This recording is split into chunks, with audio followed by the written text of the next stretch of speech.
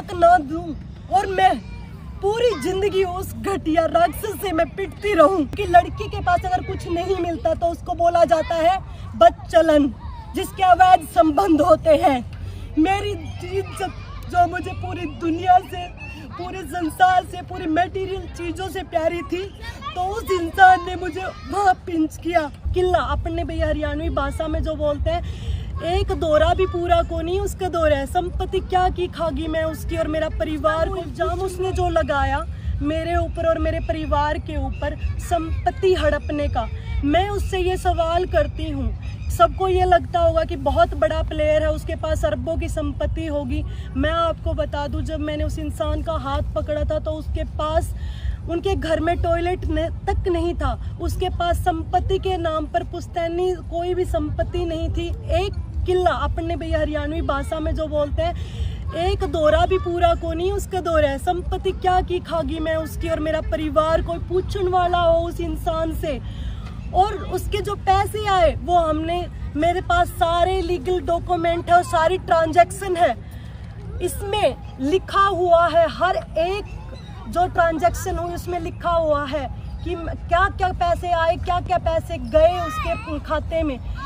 और सारी ट्रांजैक्शन मैं कल इस मेरे ऊपर ये बगैर जांच किए हुए रोहतक में केस को फाइल किया गया मेरे खिलाफ। पहले वो मैंने अपना यहाँ 11 तारीख को मैं मिली थी हमारे हिसार एसपी से। आधा प्लाट उसके नाम पर है और आधा प्लाट मेरे नाम पर है, जो कि मैंने शादी से पहले 2018 में मैंने खरीदा था। शादी के बाद नहीं खरीदा था कि जो उसकी संपत्ति होगी, ऐसा नहीं है। एज ए वाइफ मैंने उसकी कोई संपत्ति पर कभी कोई अधिकार, मैंने 100 रुपए भी कभी उस इंसान से नहीं लिए हैं। मैं 67 लाख रुपए का हमने टोटल का वो प्लाट लिया था, उसका 33.5 लाख उसके रुपीस थे। 33.5 लाख रुपए देकर वो आदमी मेरे से बगैर बताए, मेरे से साइन करके, गुड फेथ में साइन करवा कर 80 लाख रुपए उसने HDFC बैंक से लोन ले रखा, वो मेरे को बगैर बताए, और धोखा मैंने कर दिया। जो पैसे उसने सैलरी के नाम पर मुझे दिए हैं, कैश भी लिए हैं उसने। मैं कैश के अलावा आज भी मैं उस इंसान से ऑन रिकॉर्ड 20 से 30 लाख रुपए ऑन रिकॉर्ड भी मांगती हूँ। केस डालने से पहले, एसपी को एप्लीकेशन देने से पहले उस इंसान को ये बोला था कि दीपक, हम इतने साल इकट्ठे रहे हैं और मैंने तेरी इतने साल तक मारपीट बर्दाश्त की है, तूने मेरे साथ इतनी जो जात की है, मैं अब बर्दाश्त नहीं कर सकती हूँ। हम ऐसे करते, आप मेरे को तलाक दे दो, मुझे आपसे एक फूटी कौड़ी नहीं चाहिए। लेकिन मैं नहीं चाहती कि मीडिया में आए ये चीज़ें। और उस इंसान ने मेरे को बोला कि मैं आपको तलाक नहीं दूंगा, मैं आपको जान से मार डालूंगा। उसने मेरे को ये धमकी दी। मैंने जब जाके ये चीज़ें, ये हमारे हिसार एसपी को एप्लीकेशन दी उसके खिलाफ, और मैं आपको बता दूं कि ये सिलसिला आज से नहीं, कि लड़की के पास अगर कुछ नहीं मिलता तो उसको बोला जाता है बदचलन, जिसके अवैध संबंध होते हैं। मेरी इज्जत जो मुझे पूरी दुनिया से, पूरे संसार से, पूरी मटेरियल चीज़ों से प्यारी थी, तो उस इंसान ने मुझे वहाँ पिंच किया।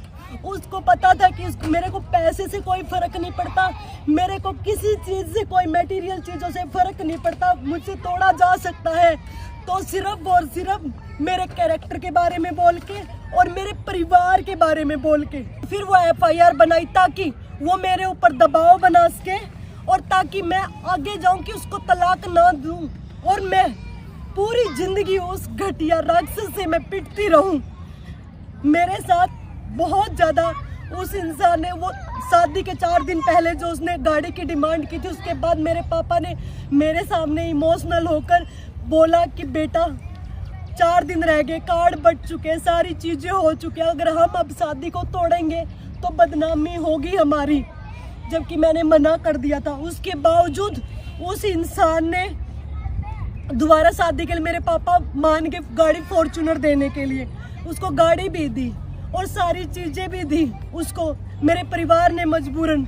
और फिर भी उसको और उसकी बहन को सब्र नहीं आया। मेरी ननंद ने मेरे पास, मैं बता दूं, मेरी ननंद ने किस, उसमें समाज में भी कोई ननंद के लिए गाड़ी नहीं देता अलग से, वो मेरा उसके लिए भी मुझे टॉर्चर करती थी, क्योंकि वो मेरे को टॉर्चर करती दिन में। 1.5 महीने मेरी शादी को हो गए थे। 1.5 महीने बाद मैं इतनी परेशान हो चुकी थी, मैं छोड़ के अपना मैं कैंप में चली गई। उसके बाद मैंने उसको ब्लॉक, वो बहुत फ़ोन पर भी टॉर्चर करता था, आके भी टॉर्चर करता था, और आके मैंने उसको ब्लॉक कर दिया। मेरा जब एशियन चैम्पियनशिप में खेलने की मेरा जब गोल्ड मेडल आया तो सबसे पहले वो इंसान एयरपोर्ट पर मिला, लेकिन उसको ये पता कि मैं दुनिया के सामने में कुछ नहीं बोल सकती। वो इंसान वहाँ ये दिखा रहा कि वो मैं इतना सपोर्ट करता हूँ। मुझे पता है कि उसने क्या चीज़ मेरे साथ की और क्या वो कर रहे हैं। चुनाव से पहले हम चंडीगढ़ से सीएम साहब से मिल के आ रहे थे, हम गाड़ी में थे। आते टाइम उसने गाड़ी में भी मेरे साथ मारपीट की, उसने मेरा गला दबाया और मेरे को मारने की वहाँ कोशिश की। मैं उसमें भी मैं भीख मांग रही हूँ कि मुझे छोड़ दे, तुम इसलिए मेरे को टॉर्चर कर रहे हो कि मैं शर्म के मारे, मेरे माँ बाप की इज्जत के मारे तेरे से भी मैं डाइवोर्स नहीं ले सकती, इसलिए तुम मेरे को इतना ज़्यादा टॉर्चर कर रहे हो। तो फिर उसने मेरे को छोड़ा नहीं और मेरे को वो टॉर्चर करता रहा। फिर उसके बाद जैसे मेरे मामा जी आते, वो एकदम से बातें बदल जाता है और वो फिर मेरे को दबाव बनाता है। वो ऐसा इंसान है, बोलते बोलते एकदम से चेंज हो जाता है, इतना साइको आदमी है वो। मुझे पता है कि एक बार जब उसको रोने के लिए बोल दिया जाए, जब भी वो रो देगा, जब उसको उसे रोते रोते हंसने के लिए बोल दे, रो के हंसता रहता है। मेरे को मार मार के वो आदमी हंसता था। मुझे नहीं पता, मुझे नहीं लगता कि कोई नॉर्मल इंसान किसी को दर्द दे के खुश होता होगा। मुझे नहीं लगता कोई, क्योंकि नॉर्मल इंसान किसी के दुख में दुखी होता है, सुखी नहीं होता है, हंसता नहीं है। वो मेरे को मार मार के हंसता था। 2022 में मैंने सुसाइड अटेम्प्ट किया था उस इंसान से, इतनी परेशान होकर, और उसके बावजूद भी फिर भी मैं उस इंसान के साथ रही, क्योंकि मेरे घर वालों का दबाव इतना ज़्यादा था मेरे ऊपर कि मेरे घर वाले ये बोलते थे कोई नहीं बेटा बसा ले, ना बोलूं। मैं चुप भी रही। मैंने उसके जुल्मों के खिलाफ आवाज़ उठाना भी बंद कर दिया। मैं बैठकर कोने में मैं माता रानी का नाम लेती रहती ना, तब भी वो इंसान मुझे छोड़ता नहीं था, तब भी मुझे बुरे तरीके से मारता था। एक चाय पीती थी ना, उससे आवाज़ आ जाती, जब भी वो इंसान मुझे बुरे तरीके से मारता था। वो ऐसा इंसान, मुझे नहीं लगता कि कोई नॉर्मल इंसान ऐसे किसी के साथ जाती कर सकता है। ये सब चीज़ें मैं बर्दाश्त करती रही, ये और मेरी बर्दाश्त की सब चीज़ें बाहर हो गई। इलेक्शन के बाद अभी 27 तारीख को भी और उससे पहले मारपीट मेरे साथ हुई, तो मैं सब चीज़ों से मैंने सुसाइड अटेम्प्ट किया और उसमें मैं बच गई। और मेरे घर वालों ने मेरे को बोला कि अगर तुम मर गई तो हमारे पास अब क्या है, तो उन्होंने बोला कि कोई नहीं बेटा तू छोड़ दे, अब हम तेरे को कुछ नहीं कहेंगे। इलेक्शन से पहले मेरे घर वालों ने मेरे को ये बोलकर भेजा था कि अब उन्होंने, उसके दोस्तों ने और उसने और जो पंचायती जो आदमी थे, उन्होंने मेरे को विश्वास दिलाया कि ये तेरे साथ मारपीट नहीं करेगा। उन्होंने विश्वास दिलाया और बोले अगर मारपीट की तो मैं तुम्हें डाइवोर्स म्यूचुअल कंसेंट से दे दूंगा। उसने ये बात की हाँ भरी, तो मैं उसके साथ में गई, लेकिन वो बिल्कुल भी सुधार में नहीं आया वो इंसान। उसने वही रवैया रखा और मैंने दोबारा जब सुसाइड के लिए अटेम्प्ट किया, उस टाइम मेरे घर वाले भी टूट गए। लेकिन मैंने ये चीज़ें कभी किसी को नहीं बताई, क्योंकि किसको मैं बताऊं, अगर बताऊंगी तो इसमें उसको ये लगता रहा कि ये थाने में जाएगी नहीं, पंचायतें होगी तो पंचायतों में बस तुम ड्रामे करना कि माफ़ी मांग लेना, माफ़ी मांगने के बाद तेरे को बार बार ये भेजते रहेंगे और ये इज्जत के मारे थाने में नहीं जाएंगे।